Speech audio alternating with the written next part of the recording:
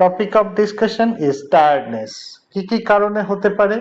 Low thyroid state or excess thyroid state, chronic anaemia রক্তাল্পতা, malignancy অর্থাৎ cancer শরীরে থাকলে, obesity, depression, anxiety, schizophrenia, Parkinson's disease, এটি একটি নিউরোলজিক্যাল ডিজিজ, এতে হতে পারে। স্লিপ ডিসঅর্ডার, যাদের ঘুমের মধ্যে অবস্ট্রাকটিভ স্লিপ অ্যাপনিয়া সাফার করেন, বারবার ঘুম ভেঙে যায় নাক ডাকার কারণে, তাদের টায়ার্ডনেস আসতে পারে।